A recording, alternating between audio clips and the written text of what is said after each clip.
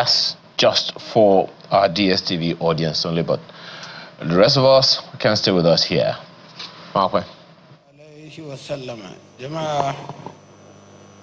مي صلاتي والنبي اللهم صل على سيدنا محمد وعلى آل سيدنا محمد وسلم اللهم صل على سيدنا محمد وعلى آل سيدنا محمد وسلم اللهم صل على سيدنا محمد صلاة تنجينا بها من جميع الأحوال والآفات تقليلنا بها جميع الحاجات وتأشرنا بها من جميع السيئات وترفعنا بها عندك أعلى الدرجات وتبلغنا بها أقصى الغايات من جميع الخيرات في الحياة وبعد الممات.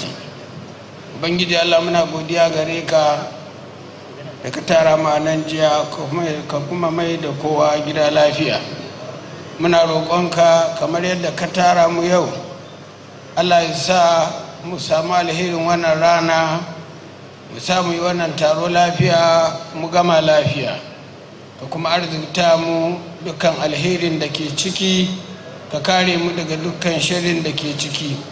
Muna roƙonka ka ƙara wa shugabanninmu lafiya, haƙuri da juriya da fasaha. Muna roƙonka ya Allah arzuta mu lafiya da zaman lafiya. Muna roƙonka ka arzikta mu arziki mai amfani, kai ne mai arziktawa. Muna roƙo ka ba mu da iyanka da baiwanka salama duniya da lahira don albarka annabi Muhammadu sallallahu alaihi wa sallama da albarka alqur'ani. Ya hayyu ya qayyum ya zal jalali wal ikram.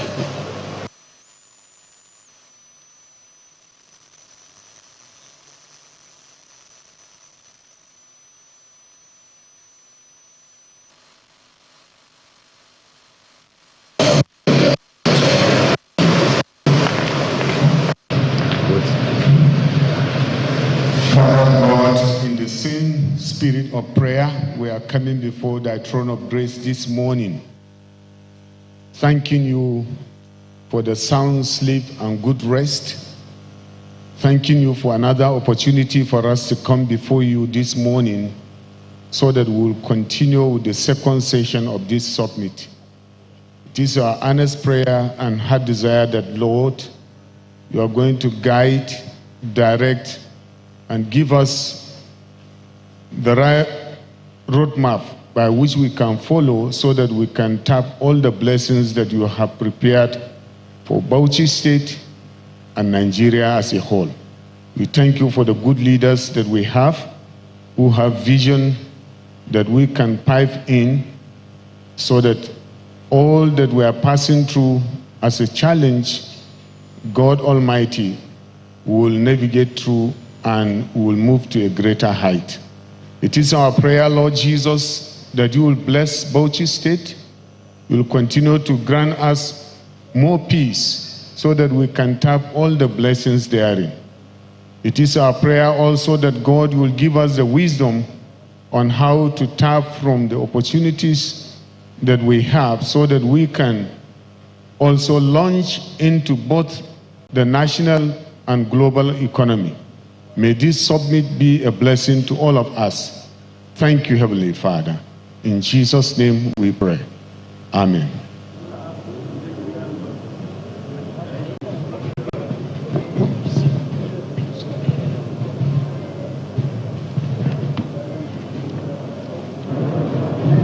Before we introduce members of the panelists and the moderator for the panelists, let us bring in the chairman of the summit, Professor Murtala Sabo Sagagi, to give us a recap of how it all went yesterday.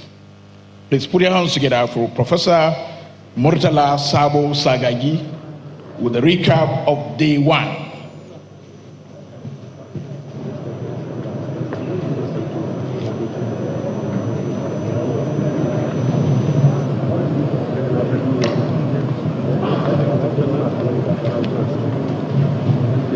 Your Excellency, the Executive Governor of Bauchi State, Bauchi,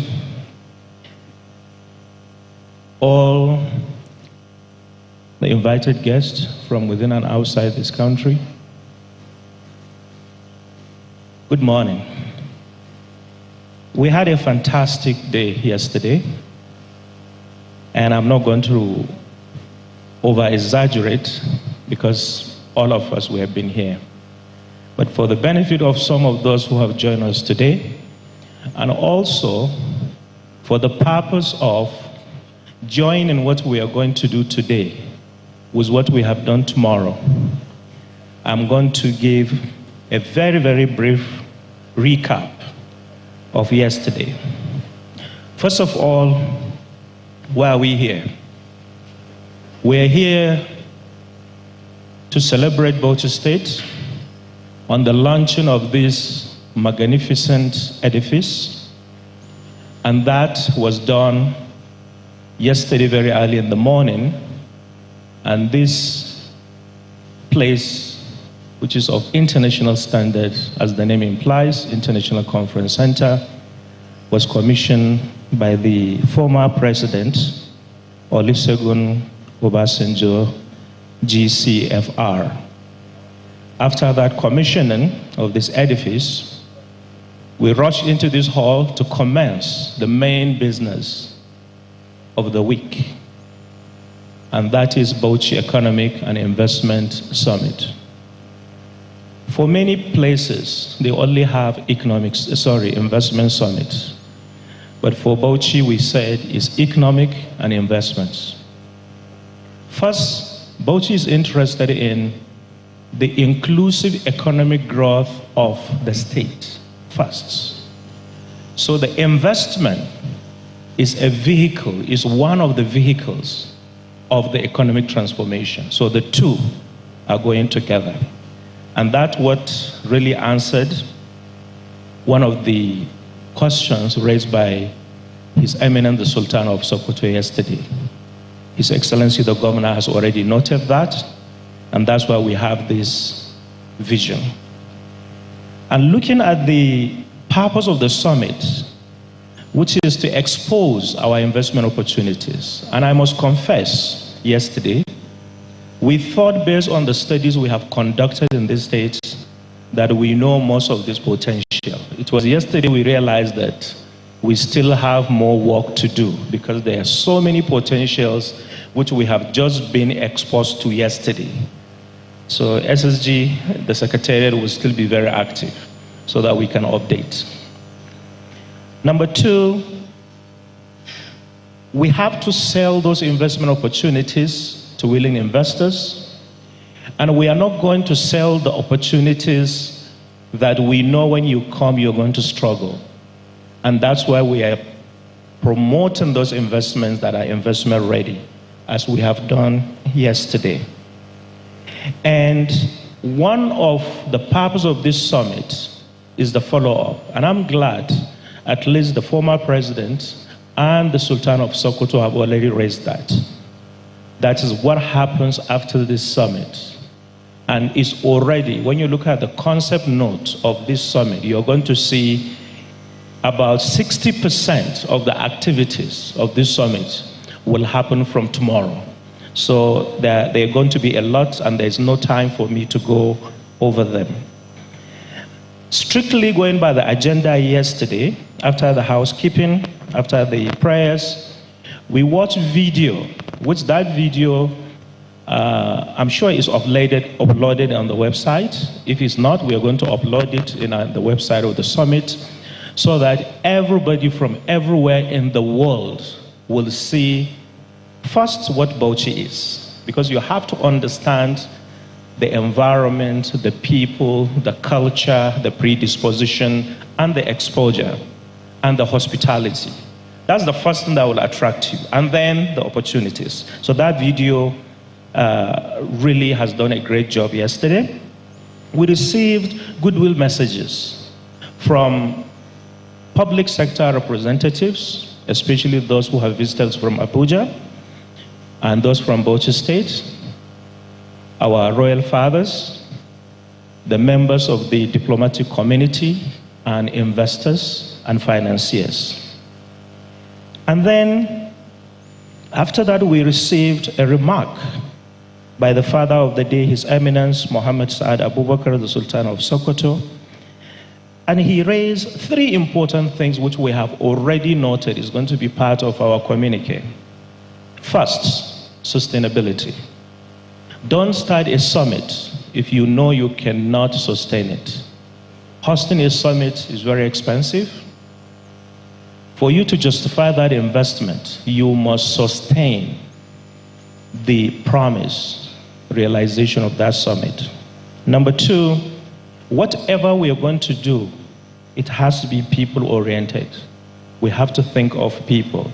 We have shown yesterday how anybody can tell you Nigerian economy has stabilized. Anybody can tell you Nigerian economy is growing at 4-point-something%. Naira has stabilized. Inflation is stabilizing. Yes. But what about unemployment? Is it increasing? It's not. What about poverty? Is it going down? It's not. We all know that. So, yes, the economy should stabilize the investment, but it has to be people's-oriented. That's why the economic growth in Nigeria over the last 20 years is not inclusive. So, our royal father said, let that growth be inclusive. And lastly, he charged us to remain peaceful and to collaborate. After that, we received keynote address by Alhaji Mohammadi Ayele Ahmed, CFR. And his paper, very, very extensive, dwell on 4 points. One, governance. You cannot achieve development without good governance. Collaborations and legacy projects. So it's not that His Excellency is doing this fantastic job from social to economic to what have not. What legacy are you going to leave behind that would outlive you 20, 50, 100 years after you are not here? And I think he charged us to do that. One, as people-oriented leaders, and at the same time, because we have to report to the superior being in the hereafter. Then after that, we received another remark by the former president, Olusegun Obasanjo, GCFR, and 50% of his remarks were actually commendation to the people and government of Bauchi State.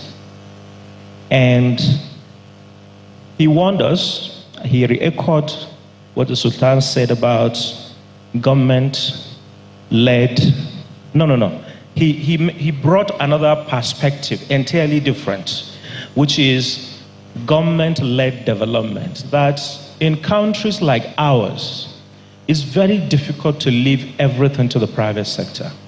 The government has to take the initiatives. And he gave example of Dangote, how he has done that with him in terms of cement. And he charged the government of Bauchi State to do the same. And based on the conversation we had yesterday, I had revelations on how Tiamin came to Bauchi, how that cement company came to Bauchi. And when they told me that you can call His Excellency 2 a.m., 3 a.m., and you will speak to him, and he will ask you to come tomorrow morning, 9 o'clock, I couldn't believe it. And I have also heard some of the stories where His Excellency will take investors from Bauchi, hire a private jet, and move to Abuja for them to get facilitation. So I started wondering, Honorable Commissioner of Commerce, whether we actually need that investment promotion agency, or we can just situate it in the office of the governor. So, and I think this is wonderful, and this is really reassuring. I advise in another state that is doing something like this, but I can tell you 90% of the investors, when they come to that state, by tomorrow morning, they will leave to another state because the governor is not there. Lastly, Mr. President, the former president, challenged us to embrace PPP and also to have good leadership. And he ended by praising the governor of Bauchi State as the action governor. After that, we received a speech by His Excellency, the governor of Bauchi State, Oram Bauchi. His speech mainly was about his vision for the state, anchored around his plans, his policies, his projects, and his people. And he has given us assurance that as long as he's the governor of this state, this will work. And he's putting machineries in motion. I have seen some, that this will continue. And at the same time, he assured the people of Bauchi State that all these things we're doing at the end of the day is an investment. We are going to reap it from our small and medium enterprises, our jobs, and the improved well-being of the society. And he ended up by assuring us his government will continue to pursue transparency and accountability. And I have seen in one of the federal government reports that Bauchi State, in terms of financial reporting, is one of the top countries in Nigeria. And I think this is something that's really commendable. And then we received a presentation by the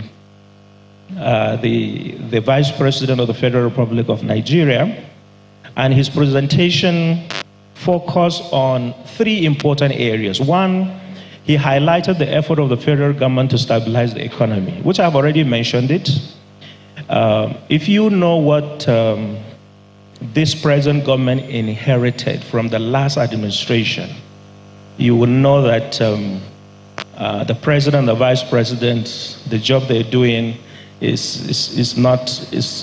don't envy them, because they have inherited fairly a collapsed economy.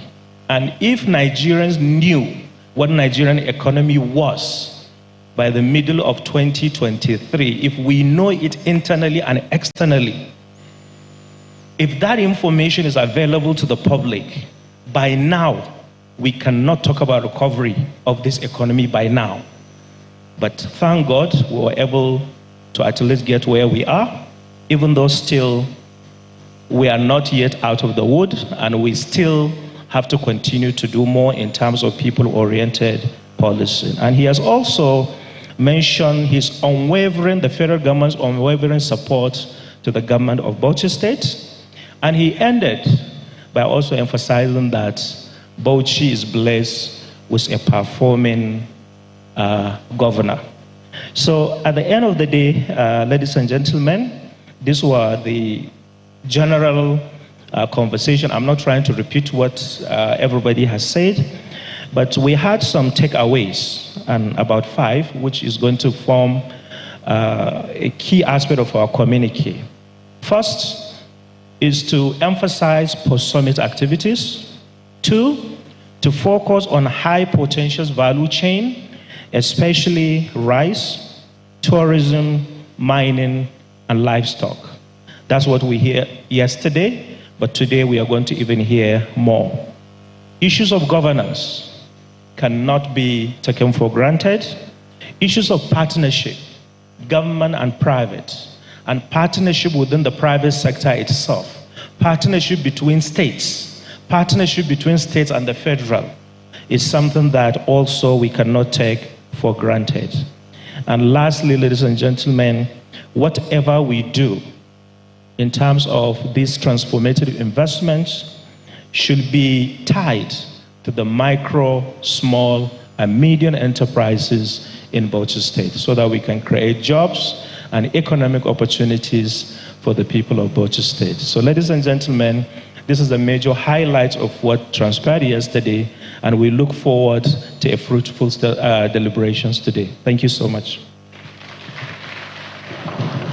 Put your hands together once again for Professor Sagagi. He has done a wonderful job of recapping day 1 of the Bauchi Investment Summit.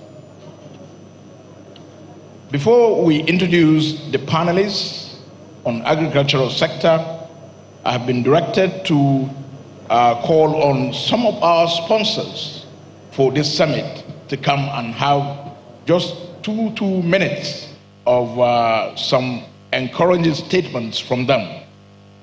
May I start with the First Bank of Nigeria PLC, First Bank PLC.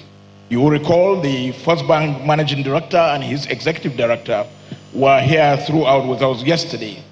The MD Olusegun Alebioso was here, but for today, any of the representatives of the bank is kindly requested to come forward to speak as a sponsor of the summit.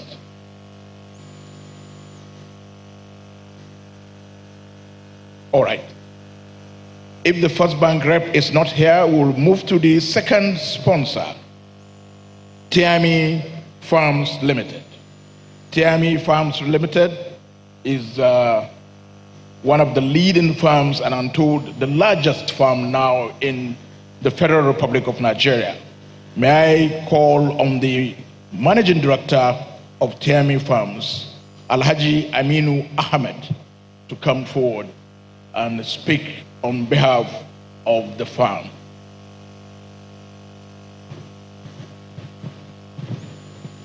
Your Excellency, distinguished guests, I beg to stand on existing protocols.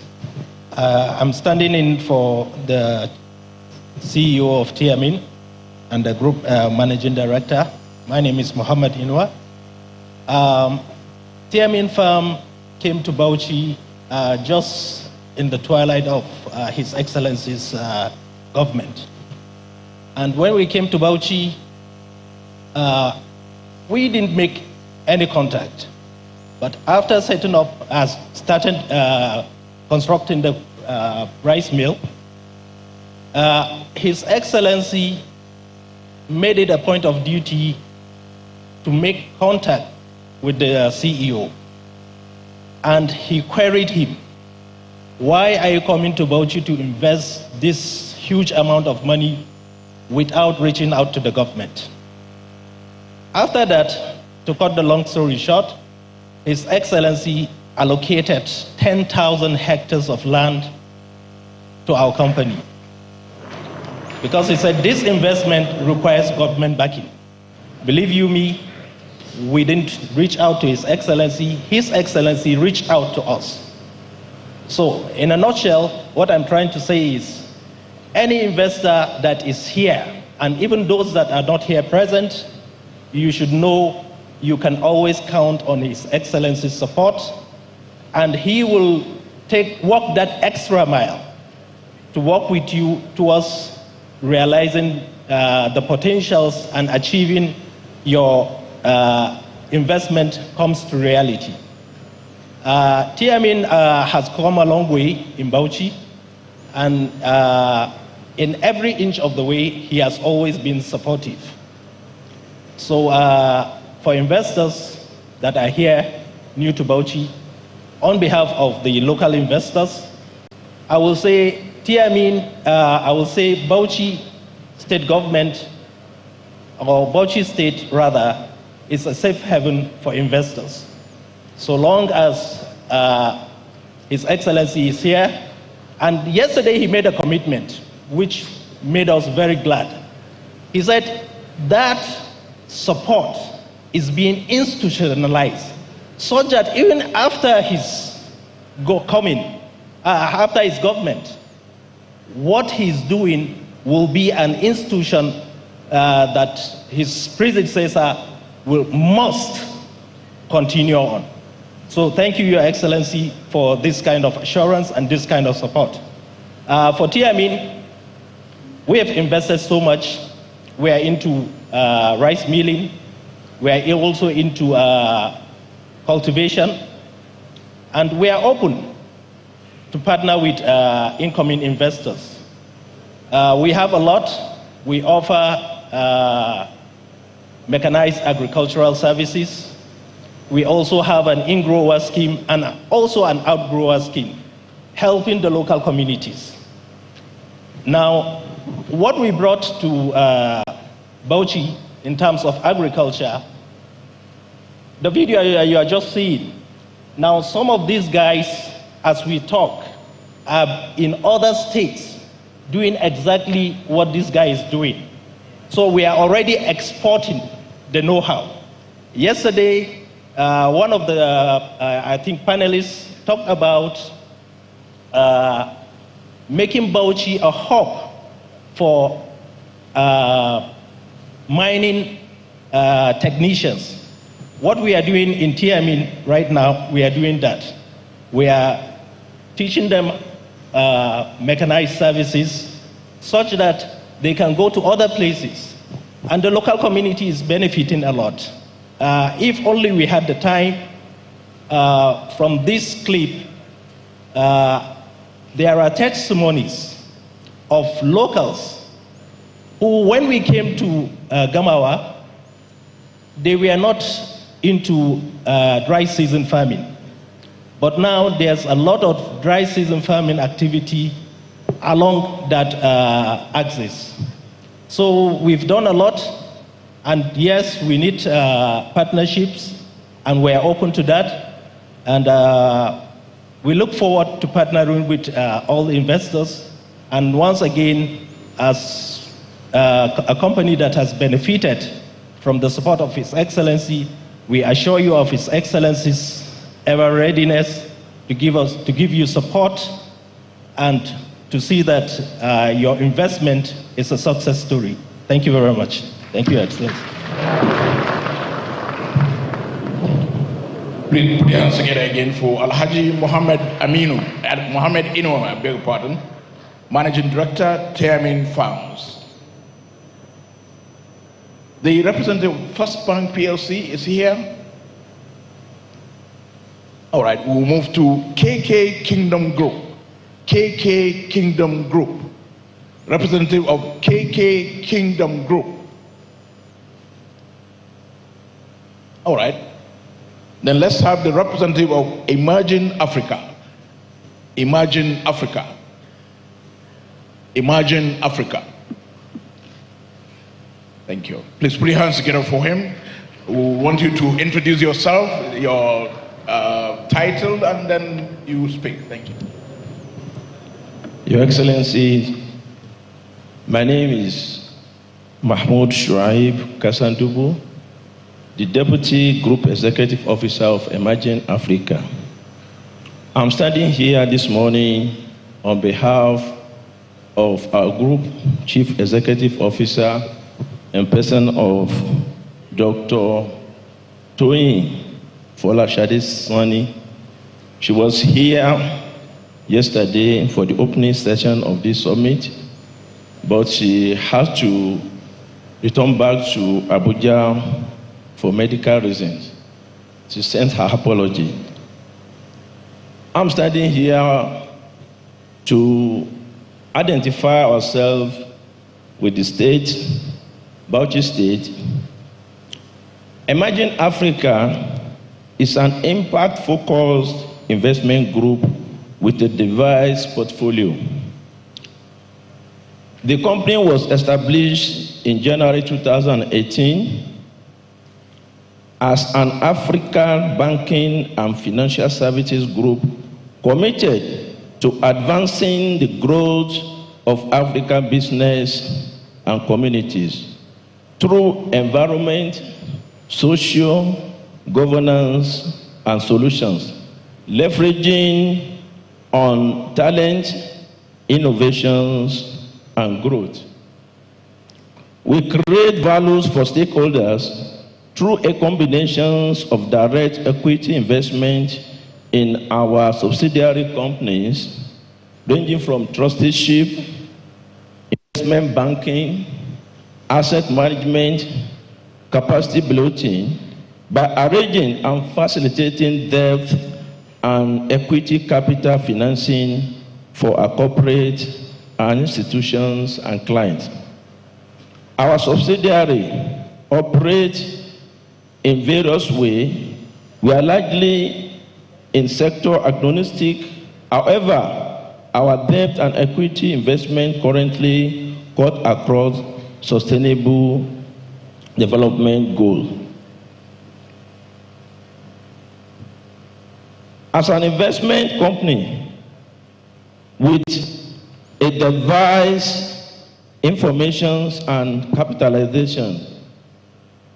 In the year 2024, we have assisted Bauchi State to raise and register 100 billion capital debt. And as at now, we have assisted Bauchi State to raise a total sum of 58 billion through our Northern Infrastructural Development SPV. And this cuts across the situation whereby the fund is used to execute some roads, construction, and infrastructure, as you can see, within the state. Bauchi State is at defining their potentials in foundation that have been laid by His Excellency through infrastructural expansion, human capital development, as well as supportive business environment. However, the state is yet to unlock the state full potentials in the economic and deliver inclusive growth, which we have identified. With innovative financing, we can still mobilize fresh capital and the risk investment and derive inclusive growth that can assist the state to achieve its objective throughout youth and women sustenance community. This summit is, however, is not just about ideas. It is about partnership, commitment, and actions.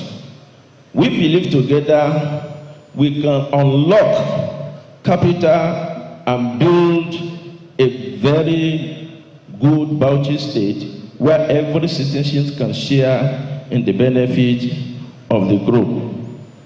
In conclusions, at Emerging African Group, we stand ready to support Bauchi State in this noble journey of building a resilient, inclusive, and prosperous economy. Thank you, everyone.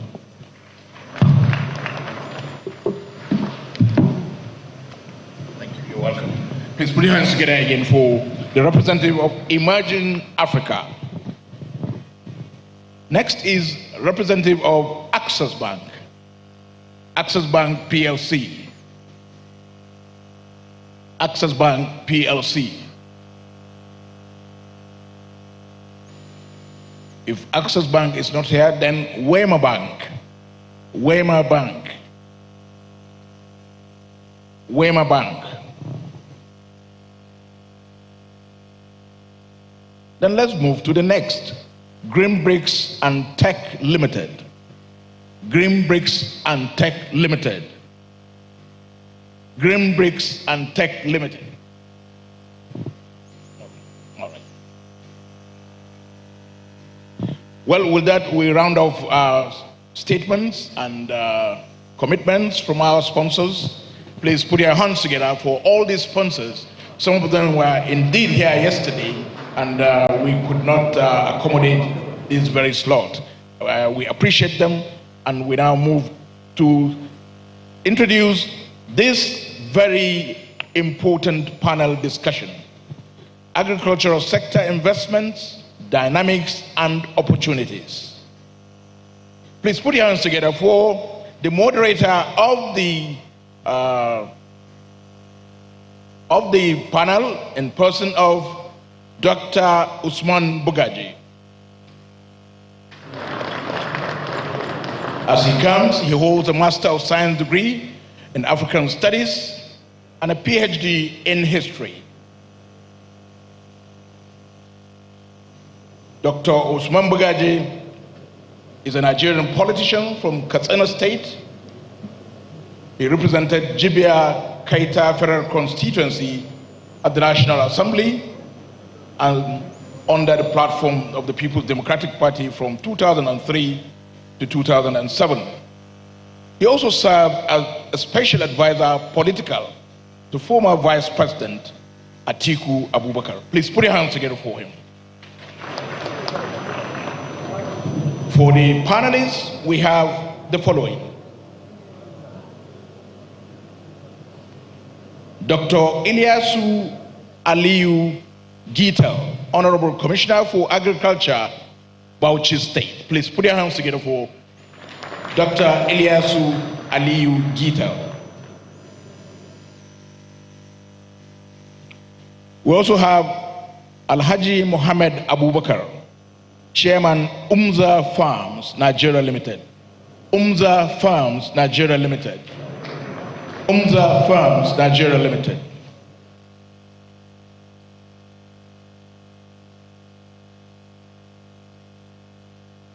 Also on the panel is Dr. Saleh Momale, Special Assistant to the Honorable Minister of Livestock Development. He has been here since yesterday and in his capacity as a representative of the Honorable Minister of Livestock Development. Please put your hands together for Dr. Saleh Momale. You're welcome.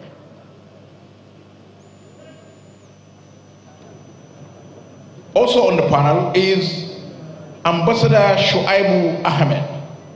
Ambassador Shuaibu Ahmed is a financial analyst and former Nigeria's ambassador to Qatar. Please put your hands together for him.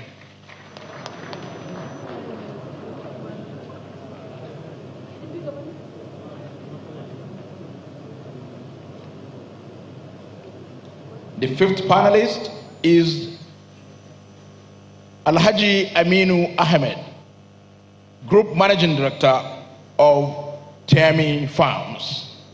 Alhaji Aminu Ahmed, Group Managing Director, Tiami Farms. Please put your hands together for him. He did wonderfully well yesterday, and he's coming in here again.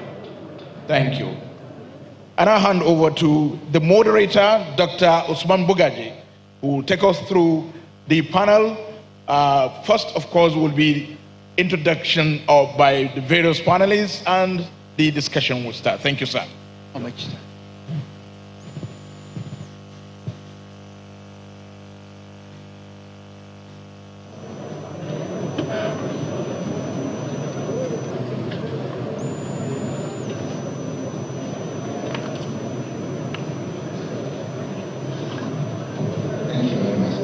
أعوذ بالله من الشيطان الرجيم بسم الله الرحمن الرحيم الحمد لله والصلاة والسلام على رسول الله.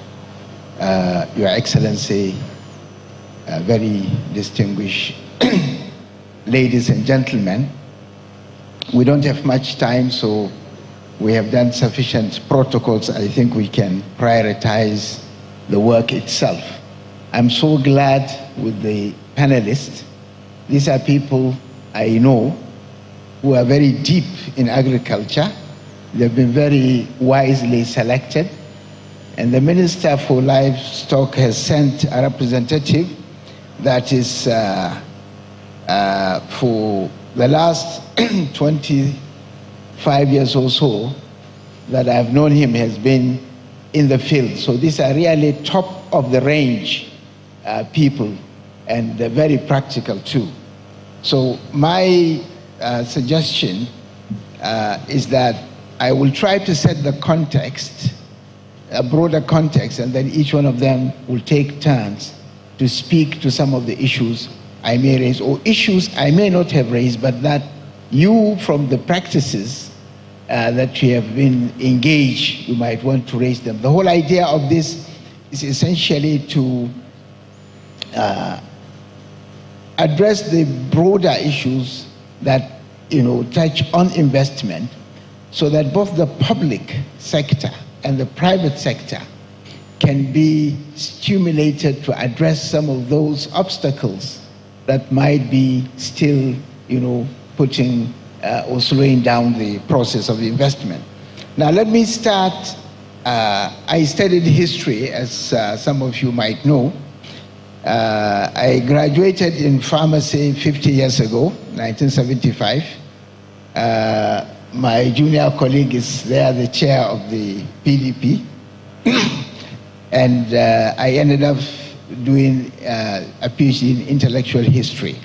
Now that has given me a broader things. So sometimes I might be raising issues that may not appear directly, but they do touch on these issues fundamentally. And I want to start with the fact that we are operating in Nigeria. Nigeria is a sovereign state. And today, sovereignty is what gives countries the clout, if you like, to sit at the United Nations and to be protected in taking decisions within their own sovereign land. Now, the concept of modern nation state and sovereignty itself was first started in 1648 after a number of European wars, and there is what they call the Westphalian Peace Agreement.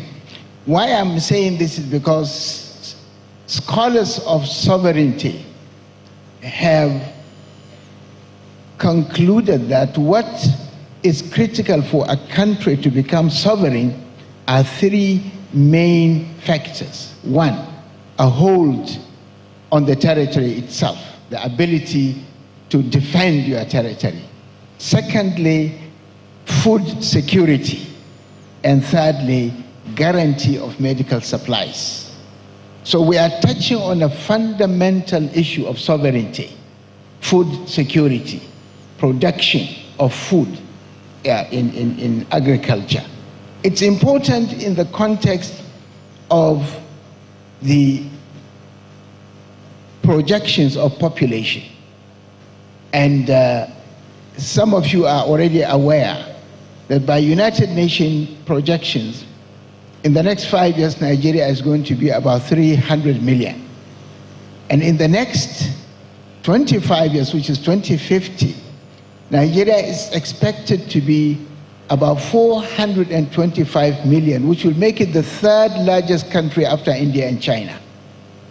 Now, what we should be thinking now, how do we feed this population? How do we educate them? How do we find jobs for the young people? How do we build the infrastructure? And this is the time to plan. If we don't, then we are walking into disaster. And we have seen countries that have fallen into that kind of disasters and are still battling, they are not back. So I want us to understand. And I have to take a minute or two to emphasize the need to have medical supplies.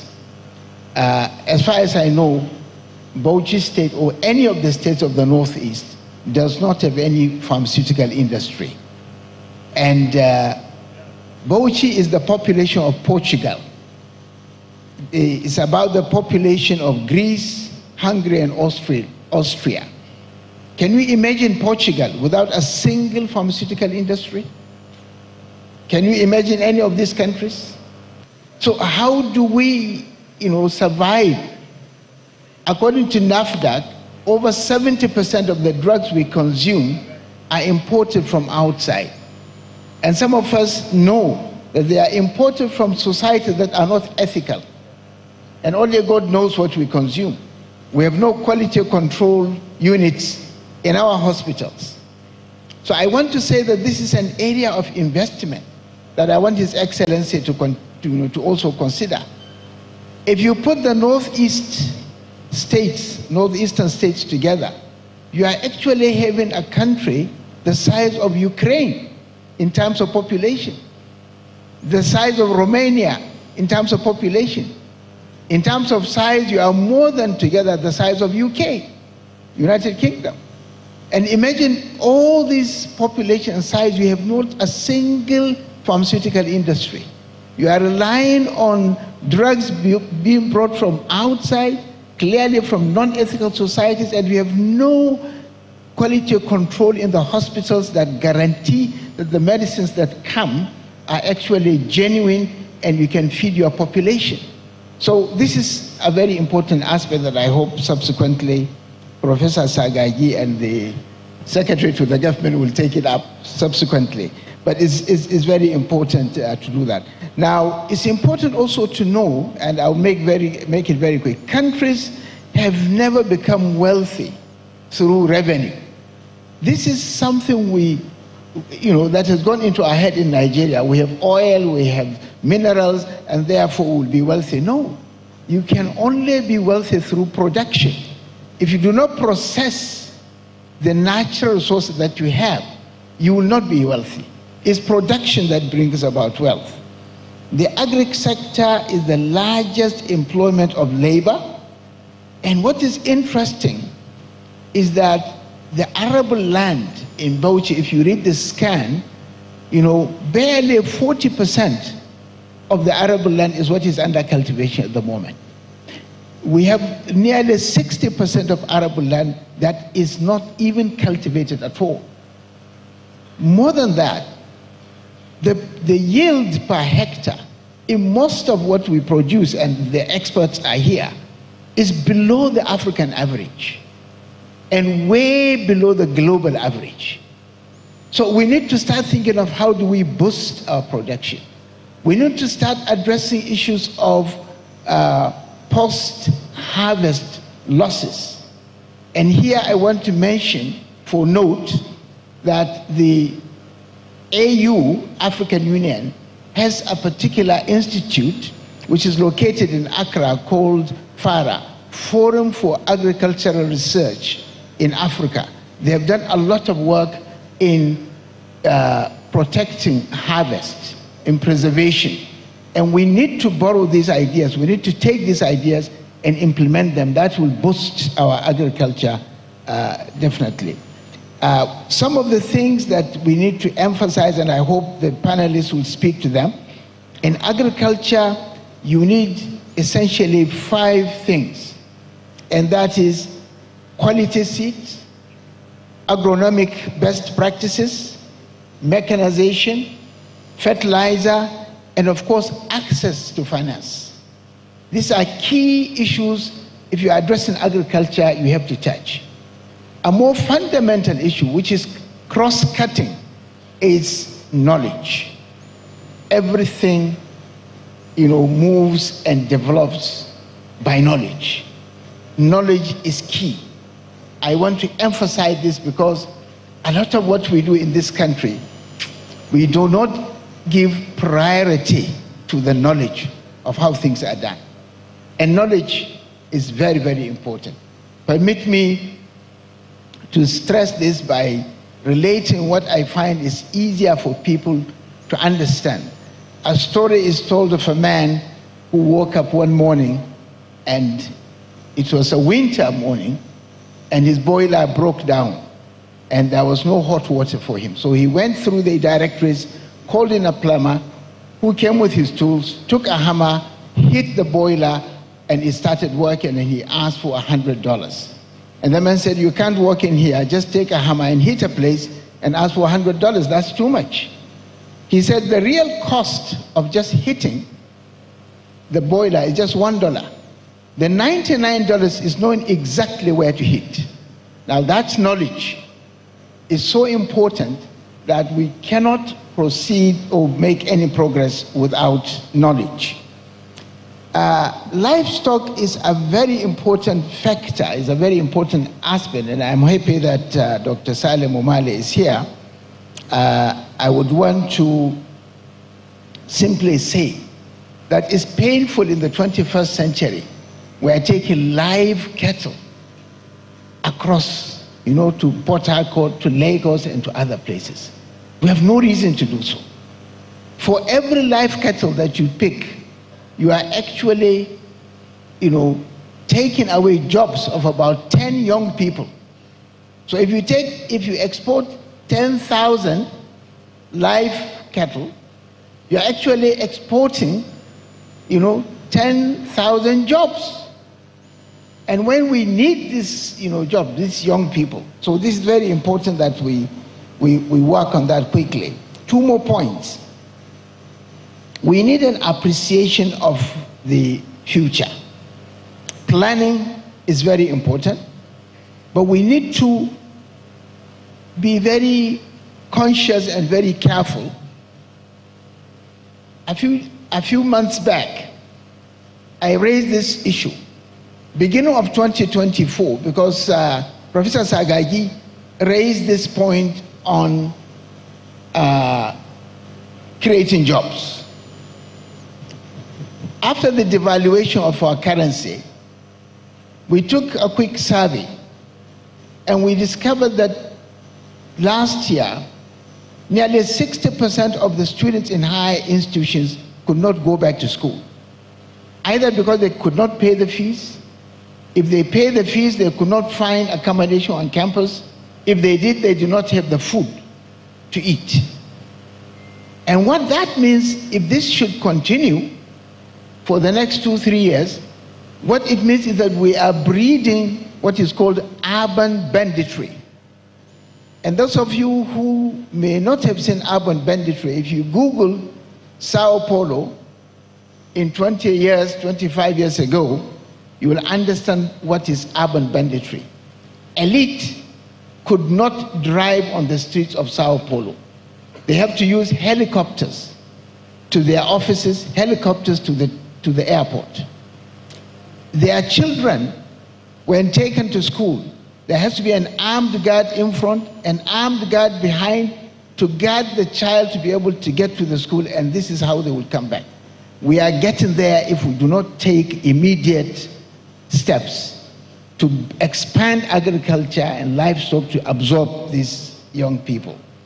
Finally, on these issues that I think are important, we have to look at the issue of mindset. We have to change the mindset. I have known many governors who have to work. The real work they do with their files is in their houses. Because if they come to the office, they can't work. They come to the office, there are 100 people waiting for them. 90% of these 100 people waiting are coming to the governor to solve their personal problems. They cannot pay their fees, their vehicle has broken down, and this dependency syndrome has to change. We cannot continue with this. And it can change. It can change. And this is where we need to use the religious scholars. We need to mobilize the community leaders to change this perspective. We also need the elite to decolonize their mind, to start thinking Africa, to read the history of Africa, to know that Africa was a global player. It's not some kind of, we had policies. Here, part of it is in Nigeria, the size of Western Europe, that have run for 100 years without any hitch. The administrative capacity of which even the colonialists have to, build on, because they had no better alternatives. And therefore, it's important. And maybe just one point to illustrate the point. When Thomas Jefferson declared or brought out the American Declaration of Independence in 1776, the first country that recognized America was an African country, not Europe, because Europe was basically colonizing America. So when America declared, it was Morocco that first recognized, and that was very important. So Africa has, and more importantly, if you read the projections, in the next 25 years, Africa will be the only continent that will double its population. And the mean age in Africa will be 19, while that of Europe will be between 30 to 40. That of Asia will be between, that of Asia is 30 to 40. That of Europe will be about 40 to 50. Europe will be aging. Africa will be the continent of the future. So we have a lot of potential, and we have to prepare our minds to lead the world in the next quarter century. Distinguished ladies and gentlemen, I'll now come back to the panelists. I hope I have stimulated you enough to start thinking. Now, I would want each one of you to take turns to introduce yourself very quickly and address some and even more of the issues. What we want is, if there are things that are creating problem with investment, this is the time to say His Excellency is here to listen. The commissioners are there to work. The Secretary of Government is here.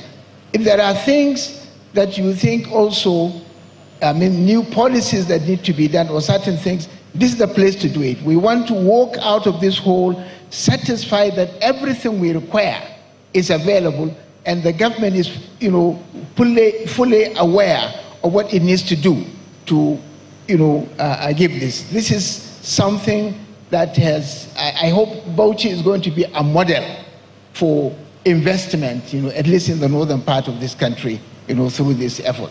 And I would like to start with Chairman so that we can end up with a commissioner who might wish to address some of the issues that might be raised. I don't know if there is an extra mic, or I give you this mic. Oh, I'm not sure. Is that working? Okay, take this. You are supposed to have 3 minutes, but okay. I will try. One extra minute. One extra. Okay. For the introduction. Okay. Apologies, please. We wish to make the following inclusion into the panel. Mr. Nelson Onoye, Chairman Megacorp Nigeria Limited, should please come forward. Please put your hands together for him. He will join the panel and make his contributions.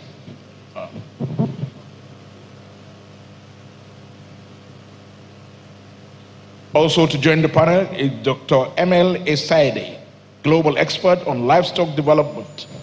She is both a practitioner and policy advisor. Now she is working with Bauchi State Government as an advisor. Please put your hands together for Dr. ML Esaide, global expert on livestock development.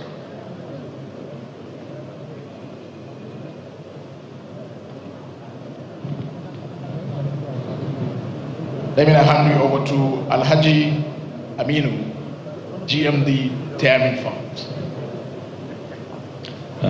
Good morning, Your Excellency. Good morning, the Excellencies, the Diplomatic Corps. Good morning, Your Royal Highnesses. My name is Aminu Ahmed, the MD of Tiamin Rice. Well, our own is still the same. We have a good and better experience to share about farming, especially in Bauchi. As regards to what the moderator said about the yield per hectare, yes, the main issue is the way we do our farming, mostly in the north. The main issue is the land preparation. If you don't have a good land preparation, you will not get the result of the yield you need. For example, ours in Odubo, when you watch the previous video sent, you will see how thick we did the land preparation. So if you have a good land preparation, then definitely at the end of the day, you will have a good number of the output of what you cultivated. Yes, for rice, averagely in the north, our core farmers have averagely 2 tons, 2.5 tons per hectare for rice.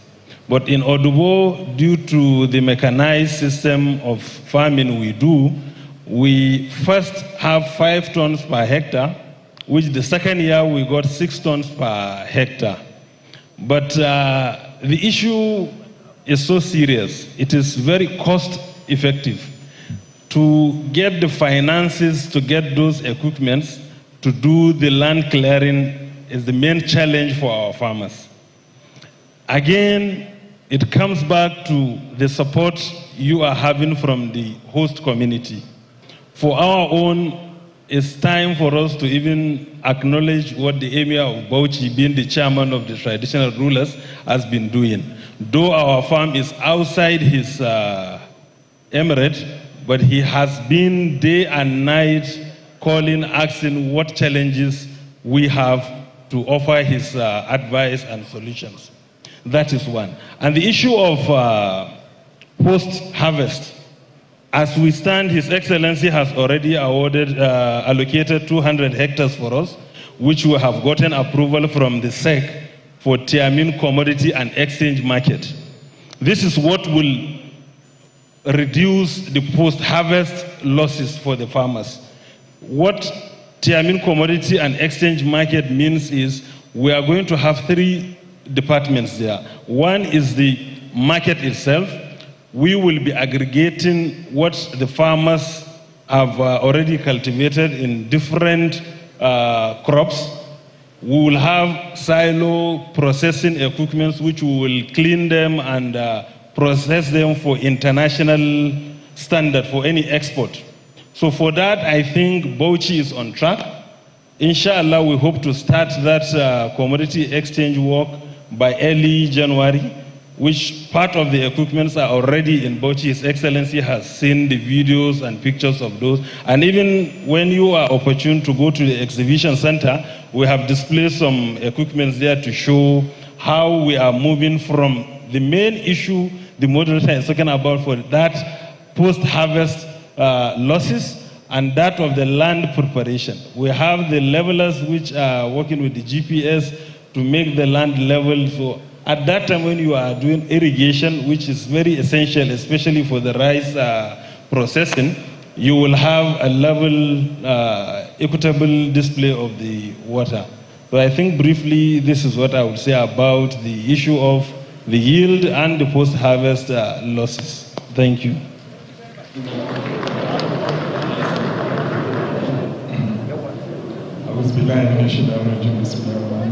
Your Excellency, the Governor of Bauchi State, Your Excellency, distinguished invited guest. Good morning and assalamu alaikum wa rahmatullahi ta'ala wa barakatuh.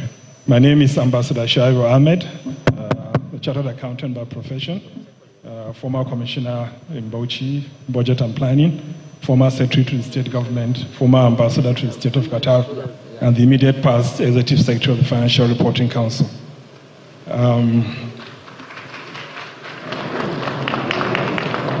The first thing I want to say is that there is a consensus among all the speakers yesterday that agriculture should be at the top priority of all the sectors that Bauchi State should focus on. So that is very important. There's general consensus about that. Okay? So, and they've made a compelling case for that. They've mentioned the issue of the land size that we have, the untapped large population that we have. They've spoken about the issue of job creation and so many other multiplying factors. So a compelling case has been made for agriculture. So the next thing is, what do we do? What recommendations are we going to proffer to propel that sector into greater heights? So the first thing I want to say is support for our farmers. Your Excellency, over the years, the World Bank and some other international donor organizations have continuously insisted that subsidies to agriculture should be scrapped. This is not correct, Your Excellency. Our farmers need that support for the input subsidies. Just this last farming season, a bag of fertilizer generally in the open market was in the range of 50,000 naira a bag. How many of our farmers, considering the high poverty level that we have, will be able to afford fertilizer at those kind of prices? And even the European Union that are pushing for removal of these subsidies, 35% to 40% of the entire European Union budget goes into farm subsidies. The same thing with the US, the same with the Asian countries. So, Your Excellency, I think we need to continue to support our farmers in terms of farm input subsidies. The second point I want to make is in terms of protection of our farmers. If you remember yesterday, Professor Sagi was mentioning that on his way to Bauchi, I think a few days ago, he came into a market. He had to stay there for about almost 2.5 hours to cross. That there was so much sesame seeds in the market, people are just buying. The issue is our farmers are smallholder farmers. And because of the poverty level, as soon as they harvest, they cannot afford to store. So they take it to the market, and at that price, post-harvest, prices are extremely low. And therefore, they sell at giveaway prices. People that have money bags, people that have money come to these markets, mop up these supplies at the expense of these farmers. Can you round up? Because your time is up. So it's extremely important that we look at the issue of the commodity exchange or commodity market that he has mentioned. There is nothing wrong in us having a commodity marketing board under a PPP arrangement. It's important. More than 24 African countries have commodity marketing boards still existing. So I think it's important, Your Excellency, to consider that. The last one I want to mention is about knowledge. The moderator mentioned the issue of the importance of knowledge. Your Excellency, people need the skills, the farming skills. And so I would like to recommend, Your Excellency, that we should try to reintroduce our farm training centers. Many years ago, we had farm training centers across the state. All of them, over the last many years ago, were scrapped. I think that it's important for us to reintroduce those farm training centers so that our people will be able to get the necessary skills to go into farming. And finally, on finance, Your Excellency, yesterday, former President Goodluck Jonathan mentioned the importance of finance. He mentioned that there is need for us to have some kind of microfinance intervention for our farmers. It's important, Your Excellency. Last year, less than 4% of the total credit of the banking sector went into agriculture. Less than 4%, Your Excellency. Thank you. There's only one agri-bank in the whole of this country. One agri-insurance in the whole of this country. So there's opportunity for us under a PPP model for the government to put some money with some of the commercial banks for them to issue out loans and then be able to recover those loans back. Thank you so much. Thank you. Pass it to Dr. Momale. And just before Dr. Momale, he raised, Your Excellency, a very important point on marketing board. But marketing boards cannot be established without a structured market. But I'm sure the experts will give you more details on that. But it's very important. Our neighboring countries have already established structured markets. But here, unfortunately, they have collapsed. And therefore, it's something that we really need to do. So, Dr. Momale, please. You have 3 minutes. Yeah, Excellency, Royal Highnesses and our moderator, thank you so much for this opportunity. And I use this opportunity to convey the goodwill message of the Honorable Minister of Livestock Development to the Executive Governor. I think we are here to discuss investment opportunities, and more specifically to Bauchi State. Here, we will look at the critical needs. We have a huge domestic market here within Nigeria, a big regional market within the West and Central African region, and a huge international market for livestock. And I specifically want to speak on the livestock sector. The key needs are in dairy. Investments are needed in the dairy sector in Nigeria. Today, Nigeria imports about $1.5 billion worth of dairy products that cannot be compared to fresh dairy products that could be produced locally within the country. So there are huge investment opportunities here. We have the red meat industry. The demand for the red meat industry is very high, domestic within Nigeria, and you will be surprised that in country, critical stakeholders still import beef products from other countries because of the substandard ways of processing of our red meat industry. So there are opportunities for investments in production of cattle, sheep, and goats. There are opportunities for the establishment of abattoirs. There are opportunities for cold chain value and processing of meat. And for example, within the Gulf Cooperation Council, there is about $4 billion import of meat within these countries. And they are all looking up to Nigeria as a major supplier because of our relative closeness to these countries. Some of the major supplier of live animals to the Gulf countries was Sudan.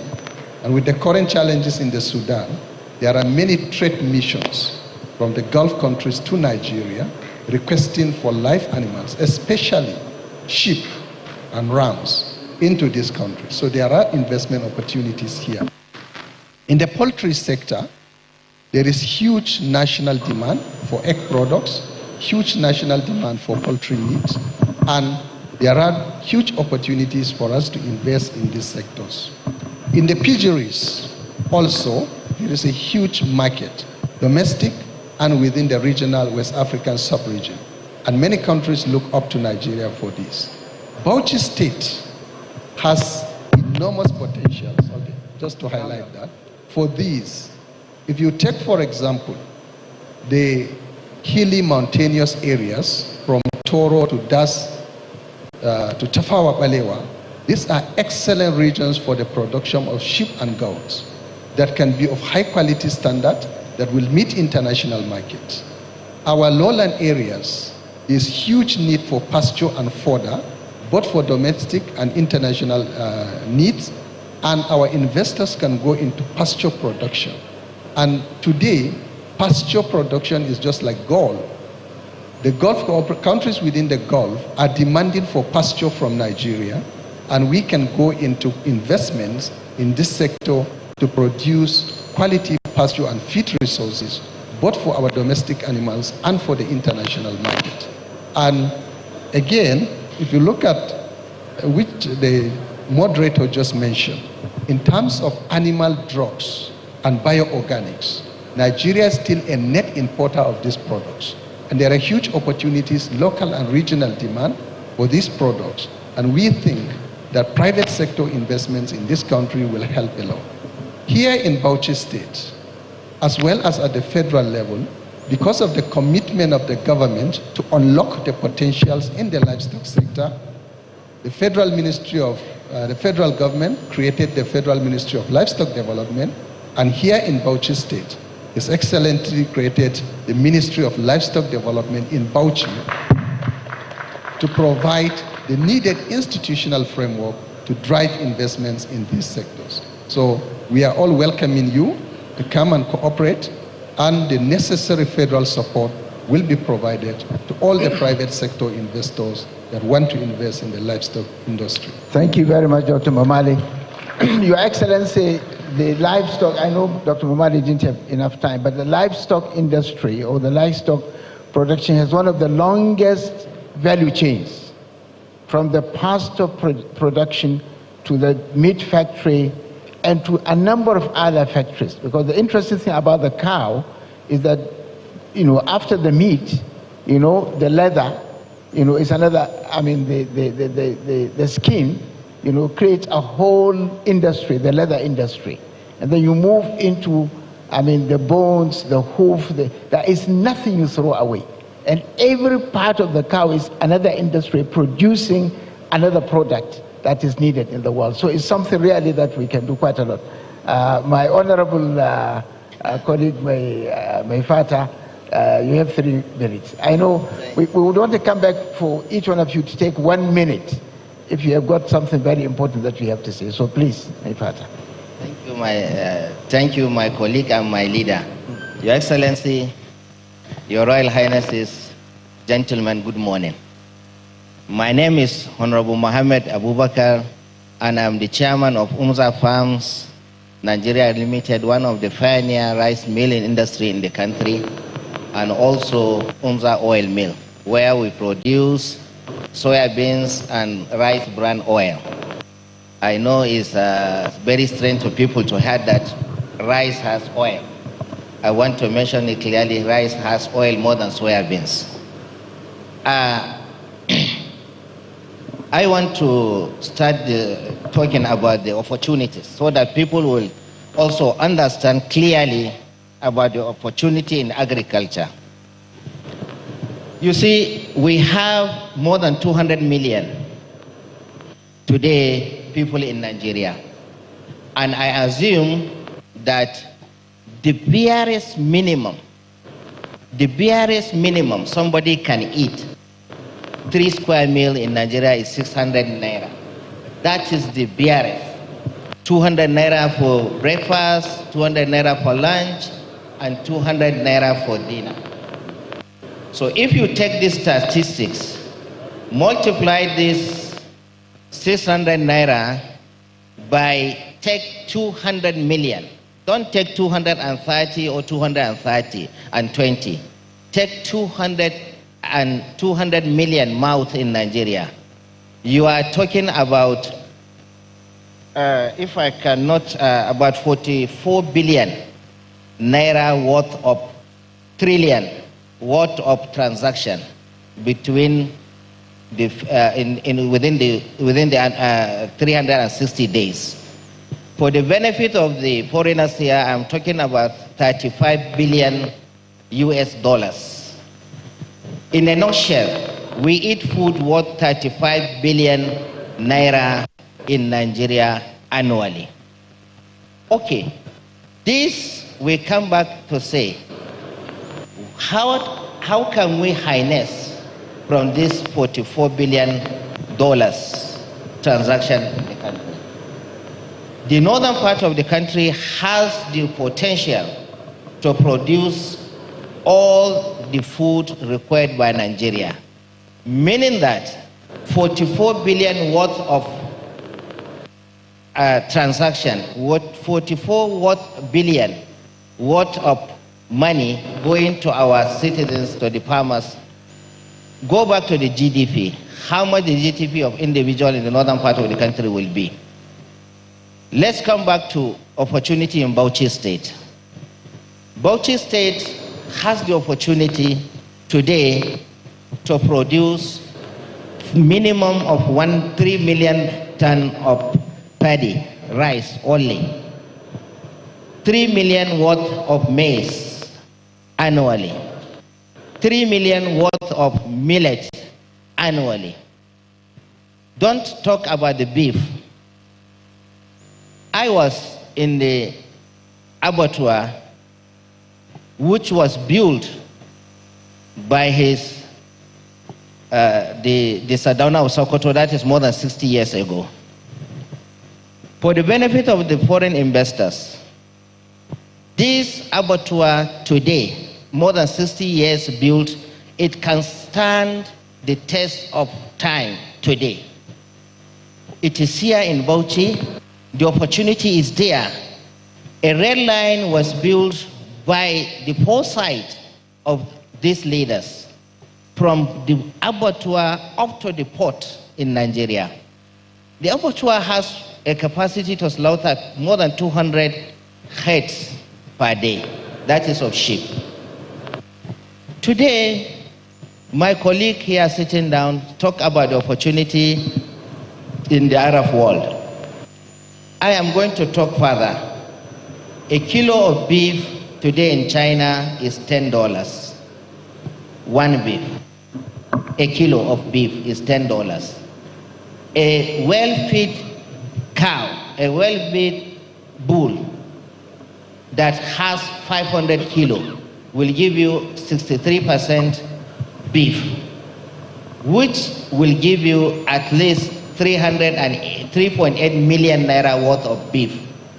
Don't talk about the other part of the beef, that is the head, the intestine and the rest, which can be converted for the cost of transporting the beef. The opportunity on livestock in Bauchi can make any individual of the state a rich person within a period of 5 years. A study has been conducted and it is there available for people to finance. If you talk about the challenges of agriculture, we have to say that Bauchi today, by the grace of God, is one of the most peaceful states in the country. For the opportunity to come, the land is there again, Mr. Moderator. The opportunity to come and invest in Bauchi is enormous. Good leadership that are welcoming. Good community that are welcoming. The land is fantastic. I have spent a lot of money conducting soil tests to see what is suitable. Then I become confused that what can I do? Because it's suitable for almost everything. Very good. Bauchi is where to come and invest in terms of agriculture. And I also lay my voice to the people, the speakers of yesterday. that was agreed. Bauchi, the best opportunity for Bauchi State is to agriculture, even though I know they are going to compete with mineral resources. But I still believe the opportunity in agriculture in Bauchi is enormous.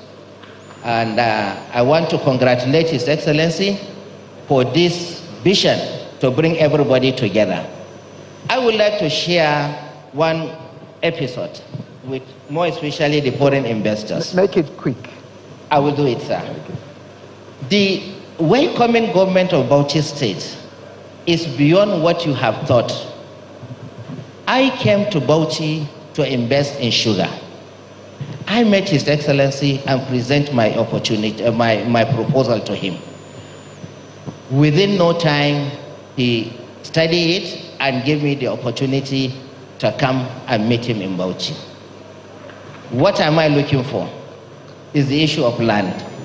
Because you know, whoever wants to invest in sugar need a lot of land that has the resources of water and the good climate for the production of sugar. After a meeting, we requested for a land 10,000 hectares, and graciously he approved, given to us, certificate issued. Very good. But let me tell you the most funniest part. I came as usual to say thank you to His Excellency. With all our 20 years of relationship, that is the day I saw the other side of Governor Bala.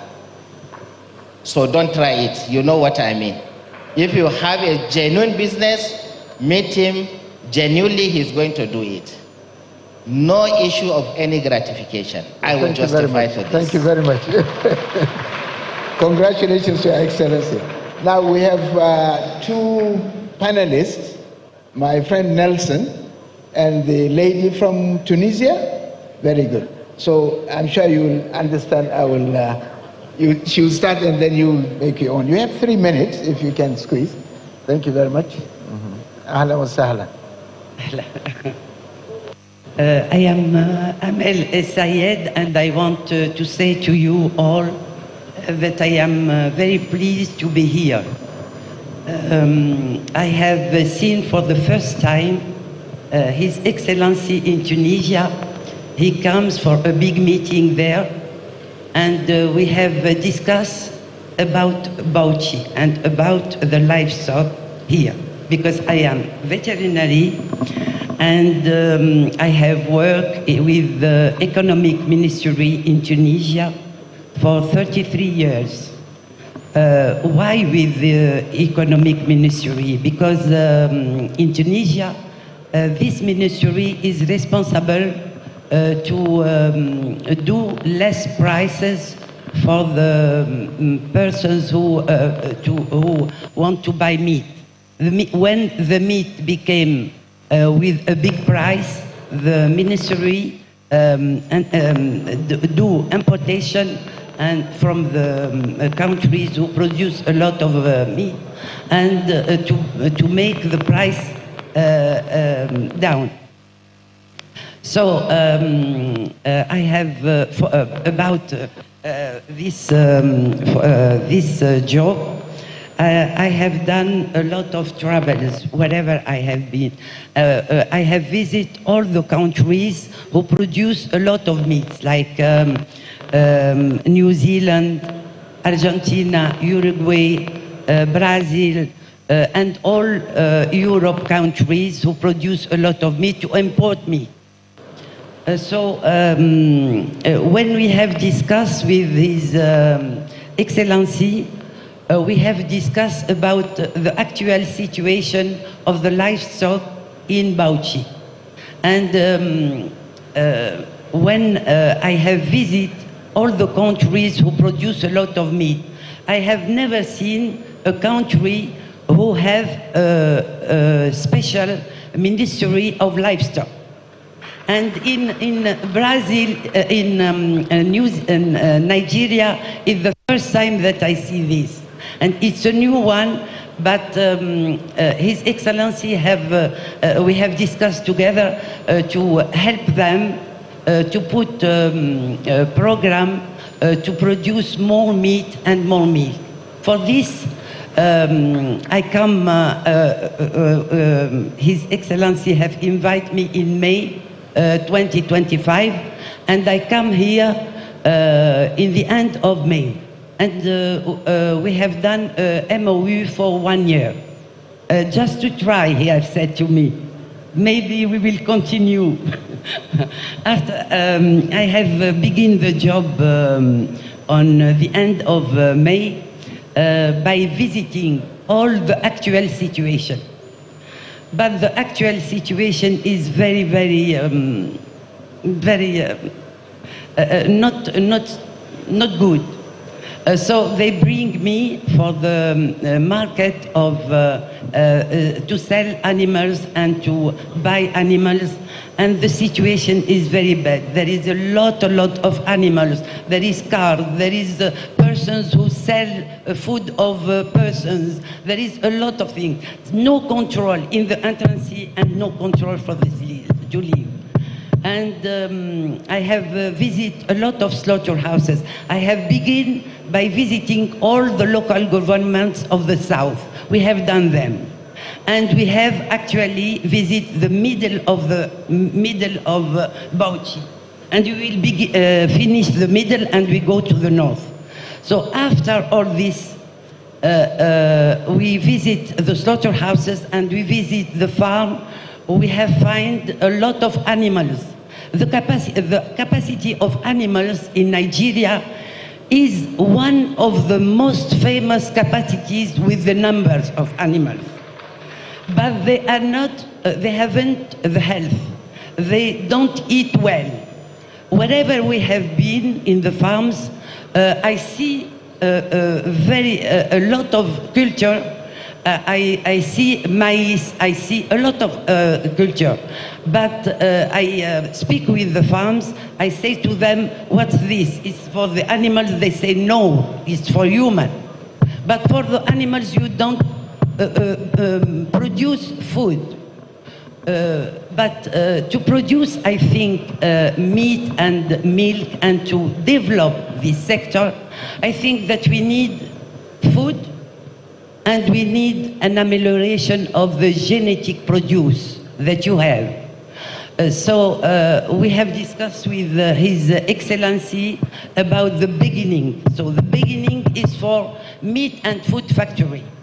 And we have this slaughterhouse have begun on the 68, on 1968. He have been created, but he have stopped maybe for 25 years now.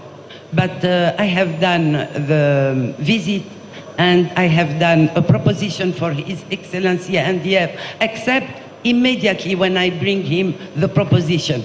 And we will begin the job as soon as possible to renovate it and to and that he begin to work as soon as possible after the renovation. شكرا الوقت ضيق. I want just to finish with okay, make it quick please. To finish, we will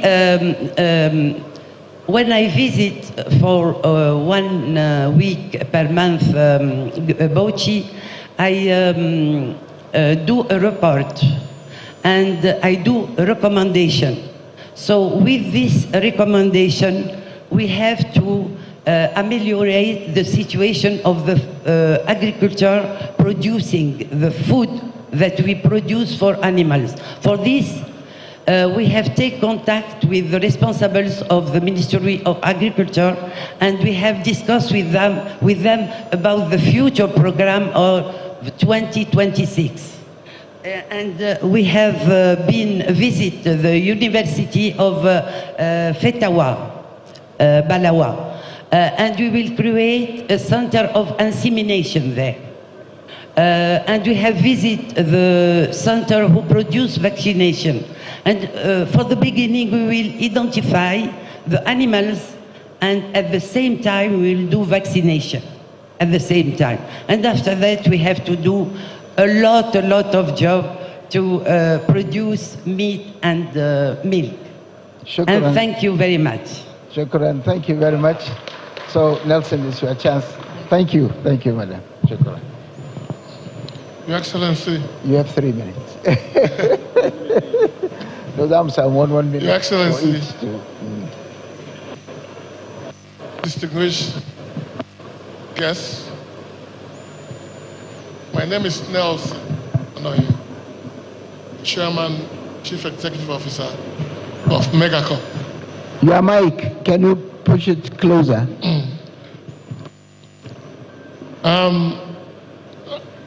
With the kind of things I heard since yesterday, you can't help but falling in love with Bauchi State.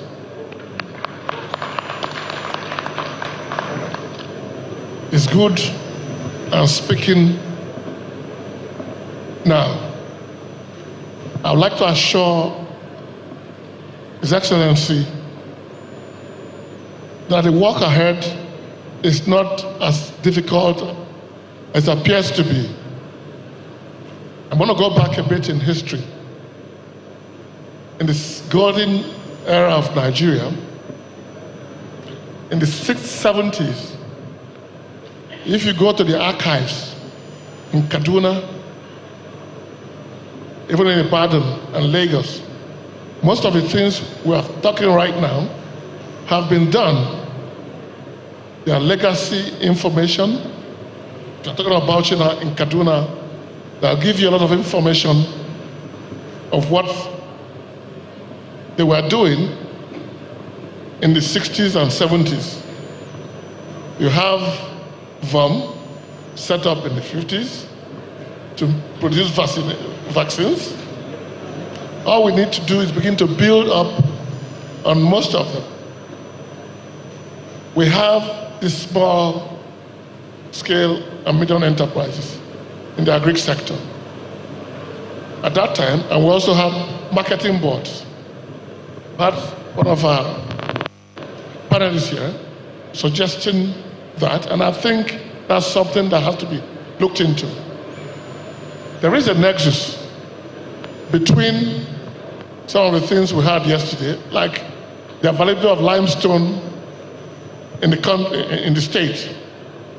Limestone is a basic ingredient for making of fertilizers, the basic one of liming of the soils. So while we're waiting for the big industry to come up, there are still a few things we can start now and finish within the next 2 years.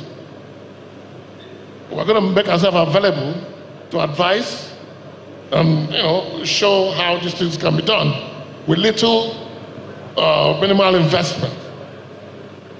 Coming to the meat sector,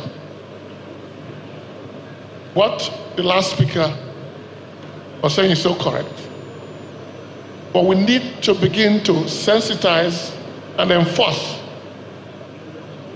When you look at the big abattoirs in the country, which were functioning many years ago, the people no longer are interested in using abattoirs. They want to be killing animals in slabs in very unhygienic situations. But the government must begin to enforce so that once you enforce, quality standards will be adhered to and met. And I think that something applies to the agricultural sector, where a certain period of times you have abundant harvest. We need basic stuff to dry, process, basic drying, and then package, store, and probably sell off-season. So there is a need for continued collaboration.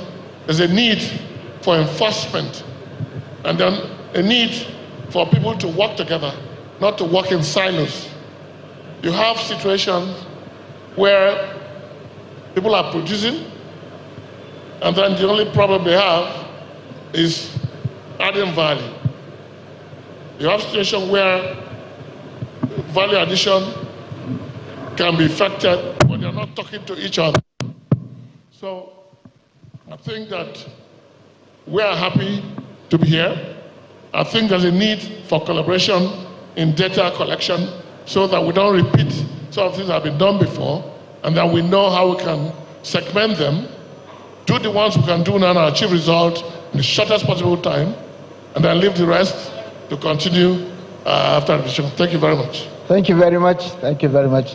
A lot of things to say, but very little time to do that. So I will now come to the Honorable Commissioner for Agriculture, who would also speak to some of the issues that have been raised. Thank you, Dr. the Moderator. Your Excellency, other Excellencies, former governors, Royal Highness, distinguished guests. The Moderator raised certain issues partially addressed, but I want to confirm to him that the Bauchi State government, present government, have done a lot in the area of making sure that those areas are addressed. There are things outside that if you go now, you see that what we didn't have before, we are having them now. You talk about the issue of seed. If you go to the pavilion now, you see more than 3 sheds that are into seed business. Farmers got tired of the seed companies, so it was made deliberate that we should promote community seed production. So he gave me a marching order to ensure that foundation seeds are brought to individuals in Bauchi to make sure that they produce it to farmers. And I can tell you today, over 90% of the seeds farmers purchase in Bauchi are from the seed, our community seed producers. So the governor is addressing this area. It's a very welcome idea. In the area of fertilizer provision, I think he's the foremost in subsidizing fertilizer and making sure that the company that is producing fertilizer not only continue to produce, but he has spent a lot in trying to see that the Bauchi State Fertilizer Company is being upgraded. Presently, we have a document in our hands that the company is waiting for 10 billion naira investment so that it will be upgraded. So in this area also, we are addressing the issue of input supply to the company, to the farmers. On the issue of other subsidies to the farmers, I think he took it bold to do some buyback this year. We went to the farmers, not necessarily creating chaos. He directed that farmers are selling at loss and other people are coming from outside the state to come and purchase what our farmers produce at very lower price. So deliberately, he gave money for us to do some buyback so that it will be stored. More money is given to the farmers and nothing is leaving Bauchi to be plowed back to the Bauchi markets. So this is one a very good initiative by His Excellency. On the issue of education, knowledge is power. We have been complaining to His Excellency on the paucity of extension agents, and we have tried so many methods to ensure that we bridge the gap. What he did was that, in the first place, the Bauchi College of Agriculture should review the curricula, because it is not in tandem with modern day farming. It has to be reviewed to make sure that more practicals are carried out in the school. Now that I am talking to you, a committee in that regard have finished their work to do the curriculum. And before waiting for the curriculum to be finalized, he sponsored training of our younger generation to a CSC farm in Abuja. First set was 1,000, and then another set of 1,200 are currently undergoing training to make sure that we are going with this with the time. The CSC farm is training our youth in modern agriculture. All the modern gadgets are provided, all the practicals that are needed to make sure that they are well equipped. The albishir I will tell our farmers or our investors is that for the next 3 years, we are going to have young farmers that if you want to buy anything, they will aggregate for you to add value and then sell. And these farmers are also taught how to add value to their crops. So in this area, the governor is also addressing. We are asking for investors to come. They will come and meet young farmers that will do the necessary and scientific farmers for them to add value and sell. And we are also encouraging farmers to make sure that they are going to do things according to standard. Because most of the things that send away investors is that what we produce are not what are required in the international market. But now with this very good system that is being taught to our youth, where we believe we are addressing the challenge. In the area of pasture production, sir, I could remember His Excellency allowed us to donate some portion to NALDA for the purpose of establishing one outfit. But when he thought that Galambi was strictly meant for animal production, he decided to relocate them so that Galambi cattle ranch will be utilized for the purpose of making sure that the animals that are going to be taken to the slaughterhouse are those that have been quarantined in Galambi, so that the meat will meet international standards. So that area is also being addressed, and I will tell our distinguished investors that our farmers are very ready to go into pasture production business. This year, over 2,000 hectares have been put under pasture production by individual farmers in Bauchi State. I had a field day in one of those farms last week before I traveled to Abuja for a meeting with the minister. So in that area also we are seriously addressing to make sure that good quality pasture is produced for our livestock. About mechanization. We know that among the investors invited by His Excellency are those that are to come and take over the famous tractor manufacturing company in Bauchi, Steer. His Excellency went ahead to go and pay back those that purchased the place and are not putting it to use, so that the government can ask our investors to come and see the place, either jointly or separately, to make sure that agricultural machineries are produced in the Steer company. So in that area also we are addressing to make sure that we are not only promoting big time processors like the Tiamine. The governor challenged us that soybean is being produced on large quantity in Bauchi State.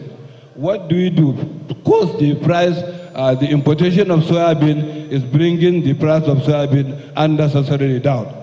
We had to hire a lady from Ghana to come and teach us how to make awara.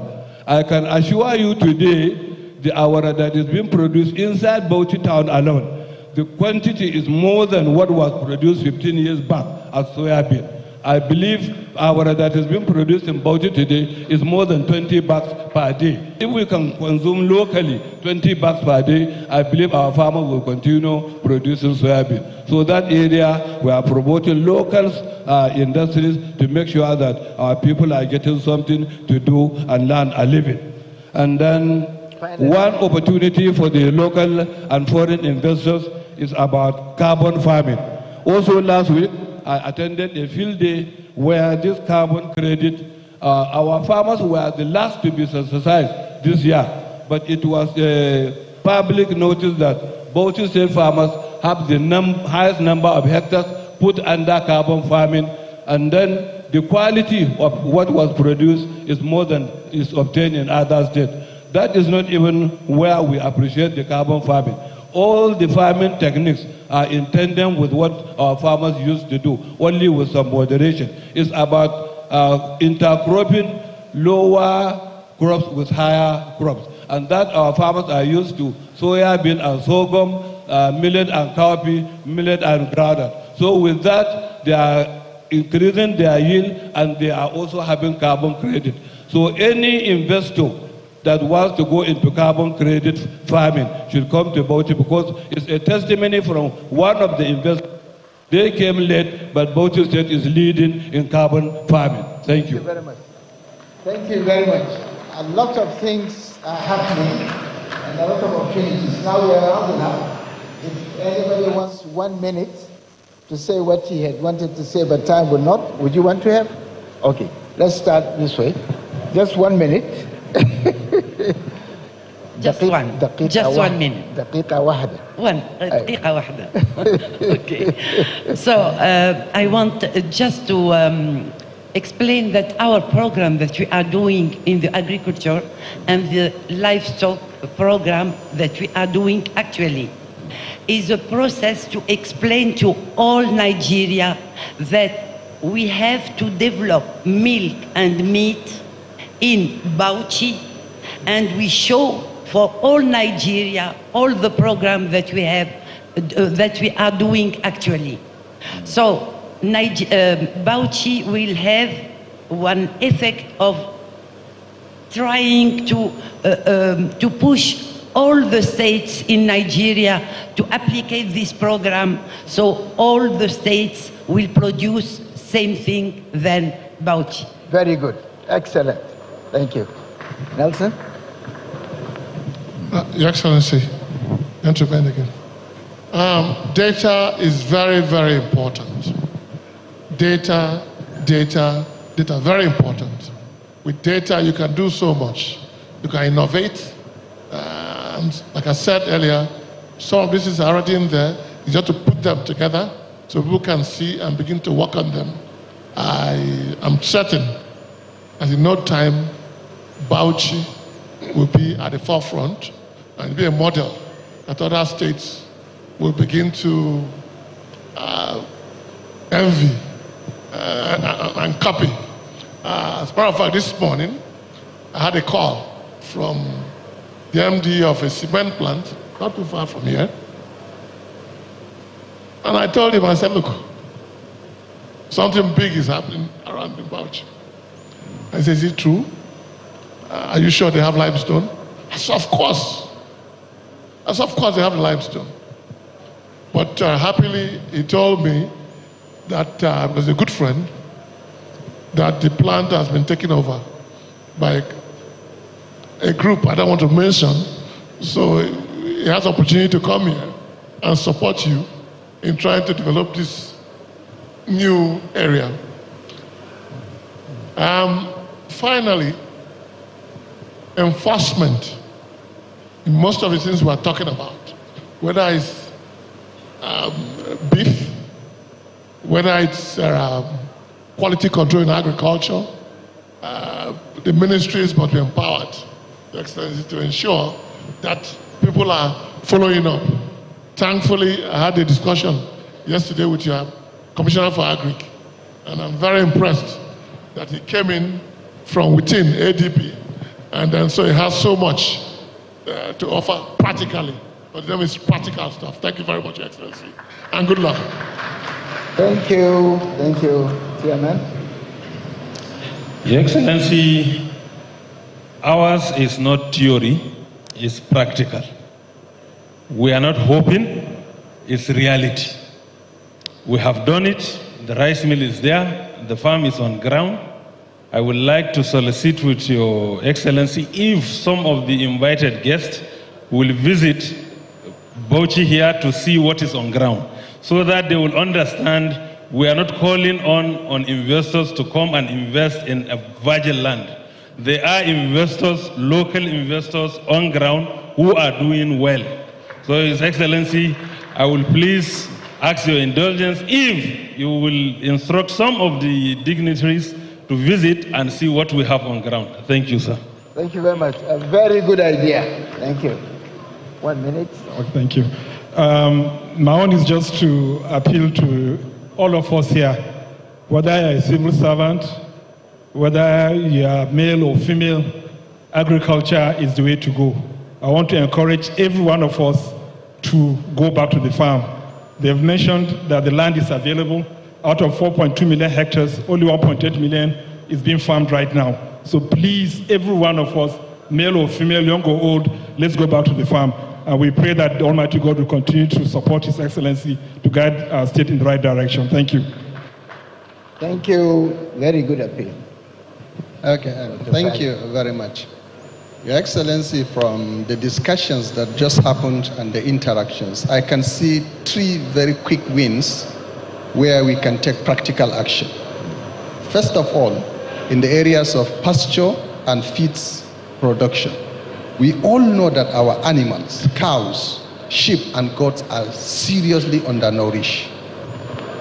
With the statement from the Honorable Commissioner, with what UMSA and Tiamin are doing, we'll be able to go right ahead to begin to process some of their byproducts into viable animal feeds. And I think this is practical. Again, most of our farm produce, after harvest, most of the products go waste and they are not utilized. Those can be harnessed and processed into more quality animal feeds. And with the pasture efforts ongoing, if we double these efforts, we will have a big one. That's the first one I see. The second one, which was just mentioned about the data infrastructure, with the experience of megacorps in animal tagging and traceability, I think there is another quick win where they need to deploy technology to tag all our cattle so that every animal is identified by its owner and by the location to which it belongs. In that way, we address issues of cattle theft, we address issues of cattle rustling, we address substantially issues associated with banditry. With this, our cattle markets will be more regulated because every animal that comes to the market, Your Excellency, will have to come with the tag, with the certificate of the owner. Otherwise, the source of that animal is questionable. It enhances revenue generation for the state. It enhances credibility for every investor in the livestock industry. I see that as another quick win. The third one was mentioned, again, our abattoirs. Our quality of meat is poor. Your Excellency, if you go to Azare now, if you see the number of feedlots fattening, those that are improving the quality of animals over 2-3 months, is a substantial economy.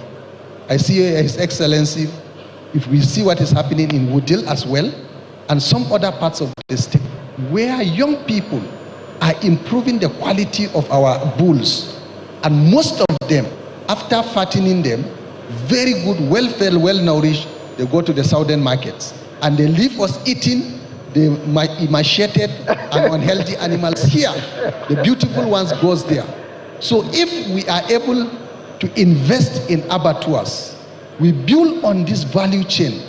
Your Excellency, we support training of our young boys in cattle fattening. We promote private sector investment in quality abattoir, let's say in Azare or here in Bauchi, and these animals are slaughtered, processed, and our Ministry of Livestock Resources, working with agriculture and us at the federal level, will support to create what we call disease-free zones so that the meat will be certified globally for global trade. I think, Your Excellency, I see this as another quick win. Going forward, Your Excellency, I suggest that the Secretariat of this summit will get us across these stakeholders. We sit down with the Ministries of Livestock Development and Agriculture here in the state, with the summit organizers, with these private sector investors. We develop this into viable implementation projects and investment portfolios for our citizens. Very good. Thank you very much. Great ideas. Now, UMSA. Thank you, sir. In the last 10 years, Bauchi is not in the map of highest rice producers in the country. I keep the records. In the last 4 years, Bauchi is at par with states like Taraba, Kebbi, and Adamawa. Not only that, from what we are seeing, Bauchi has the potential to supersede these states because of the stability of the state in terms of security. Kebbi was disrupted this year because of the Lakurawa activities there. Taraba has a lot of communal crisis. Bauchi is stable. What we are seeing together with Federal Ministry of Agri is Bauchi in the near future will be the hub of rice production. Bauchi is also among the 3 states that have the most post-harvest handling in terms of paddy. They are at par with Kano and Jigawa, followed by Kebbi and Niger. So the potentials in terms of paddy production is enormous. And also the market is there. Bauchi paddy used to come earlier than that of Adamawa and Taraba, which gives us the opportunity to sell at the very, very good price before the other paddy crops will come out from the other states. With what I heard in terms of extension services is key. What today our local farmers are lacking is the extension services. They are farming the way their forefathers farmed, and it will not work this time around. We have to improve on the extension services so that the farmers will know how to crop, how to harvest, how to preserve, and all these things is very, very key. So I want to ride on what the Honorable Commissioner have said in terms of training. Training has a multiple layer of training. I want to say this. Train the trainer. You have to get a crop of people that you can train deeply to go to the rural communities. The paddy or the farming is not done in the cities. The farming is done in the rural communities where education is low. So they have to go and train them on how to do all this value chain in terms of farming. I'm being asked to round up, so please try. I am glad that you mentioned about the fertilizer. Inputs are very costly nowadays. Whatever the state can do is not in vain to see how it can subsidize this input. Anywhere in the world, from US to India, does that. Don't mind this issue of economy, say we have to remove subsidy, government shouldn't subsidize things.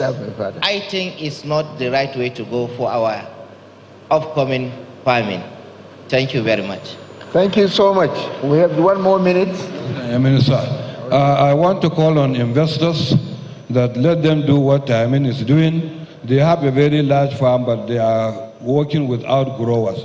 How I wish Olam were here. They will testify to you that among the states they visited for their activities, Bauchi state farmers gave them the highest return on paying back loans given to farmers to produce for buyback. So our farmers are ready to work with you. If you give them input as loan, they will pay you back. Let us grow the smaller farmers into medium-scale farmers so that the medium among us will go to the large-scale farmers. Thank you. Thank you very much. This is a great session, a great panel. We thank you so much for all these ideas that are going to be recorded and followed up. We don't have enough time, but I just want to make one simple but I think profound point. Bauchi is where it is today because of the vision of the governor. He is the only governor that I know who, immediately after he won the election, he did not wait to take his oath of office when he started planning. And he's the only governor who walked into the government house with a book full of ideas of exactly what to do. And that is where the difference is coming. And that's what we need to encourage. And that's what we are seeing. The fruits are taking time to come, but alhamdulillah, they are here. And we thank you and we congratulate you. But that also means that you have to do more. So we'll keep bothering you so that you can, maintain the stamina, maintain the momentum so that we can get to where we want. We want Bauchi to be a model, because once you demonstrate that it can be done, it is a lot easier for others, to follow. So thank you very much for listening, and we thank you very much, panelists, for the ideas.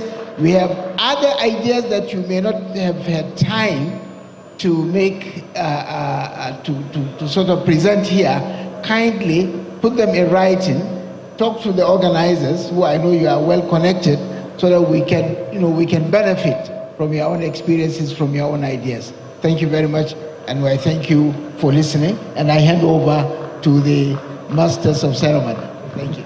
Dr. Osman Bugaje, please put your hands together for the moderator and the panelists.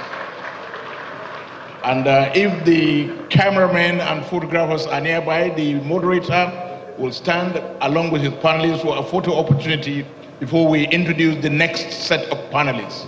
You may all rise for the photographs. Please put your hands together once again. I think the moderator should go to the middle.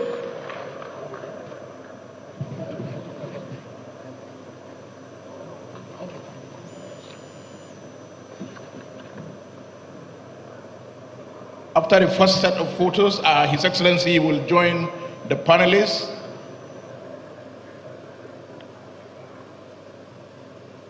Please put your hands together for His Excellency. His vision brought us all here. The moderator said so.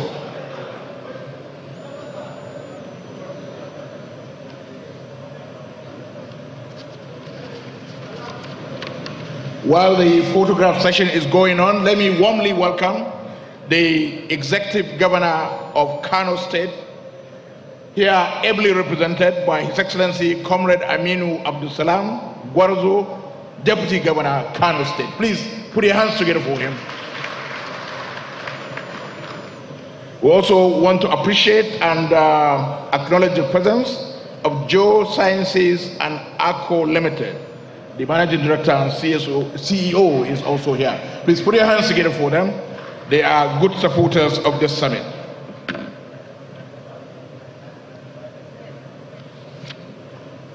So as the panelists leave the top table, let's put our hands together once again for them. Thank you, thank you. The next panel is that of the extractive industry investment potentials and constraints. Extractive industry investment potentials and constraints. Let me respectfully call on the moderator for this panel, Architect Audu Sule Katagum, Wazirin Katagum. Please put your hands together for him as he comes. He was former Deputy Governor of Bauchi State. Former Deputy Governor of Bauchi State, Architect Audu Sule Katagum, Wazirin Katagum. He will moderate the panel on extractive industry investments, potentials, and constraints in Bauchi State. For the panelists, the following are members. Mr. Khalil Noura Khalil, former Managing Director, Katsina Investment Promotion Agency and Special Advisor to Katsina State Governor. Please put your hands together for him.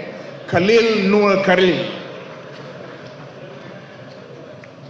The next panelist is Professor Ahmed Isa Haruna from the Department of Applied Geology, Abubakar Tatari Ali University, ATBU. Please put your hands together for Professor Ahmed Isa Haruna.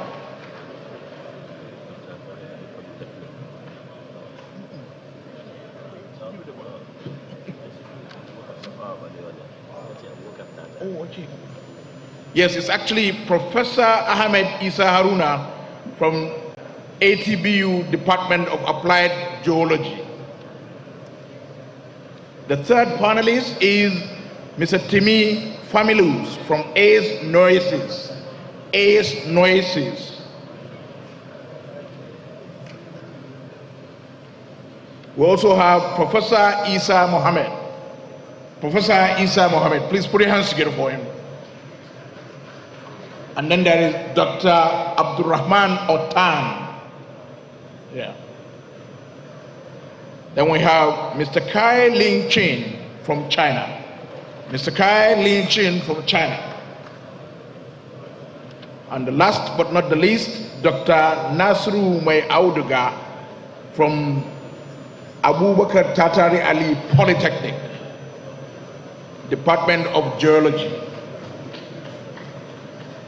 The applause is not loud enough. Put your hands together for this gentleman. Thank you, thank you, thank you. Now I hand over to the moderator, Architect Audu Sule Katagum, Wazir in Katagum, former Deputy Governor, Bauchi State.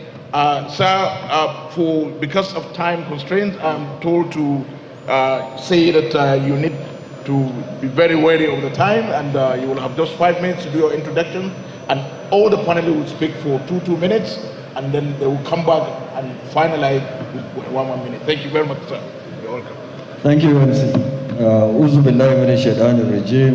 Bismillahir rahmanir rahim. His Excellency,